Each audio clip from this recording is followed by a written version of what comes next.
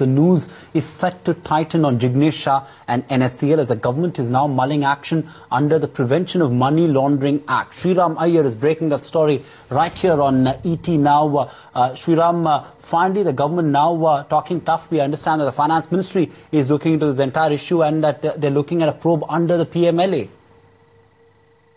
Exactly, that's what the sources are telling us. The Finance Ministry is going to step into the investigation that's going on in the NSEL fiasco. The FMC has sought help from various ministries, including the Finance Ministry, and basically the Finance Ministry wants to... FMC has raised an issue saying that there is absolutely no consistency or credibility when it comes to the data provided by the NSEL promoters on the, not just on the stocks front, the inventory of commodities that are under question, even on the source of money and where it's coming from and where it's going to, and precisely why it has sought help from the Finance Ministry, Department of Revenue and other departments within the Finance Ministry to help them find out, track the source of these funds and see whether and verify the credential of these investors. Top 7 investors together owe about 4,000 odd crores. The rest of them, and in some of these cases we've seen in the past that their balance sheet size itself is nowhere close to the amount of money they owe in this matter right now. And most importantly, FMC has also sought the opinion of Law Ministry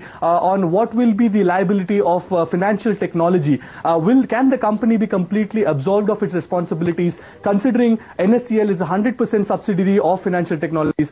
Government sources indicate that this cannot be the way out. Financial technology will have to bear some of the responsibility. How much is it? We'll have to wait for the Law Ministry's final opinion on this matter. But clearly, most departments of the government are coming together, including the Ministry of Corporate Affairs, Finance Ministry, Law Ministry, Consumer Affairs Ministry. All of them are coming together to take a very serious look at what has happened at NSEL and probably take some tough actions to avoid any such misdemeanor later. Right, we can see the stock react to this big breaking story right here on ET Now. 4.5% cut on that on the counter there. Sriram, let's keep it with this story. Actually, it's financial technologies that we need to show on your screen. There you see a 5% cut on that stock.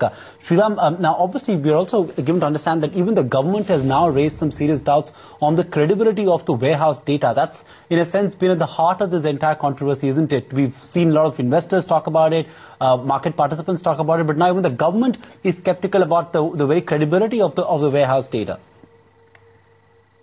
Exactly, Sandeep. I mean, that has been, like you said, at the heart of this matter. The core issue right now, or right from the beginning, has been the fact that the amount of commodities that NSEL has shown in its books has not matched the physical stock.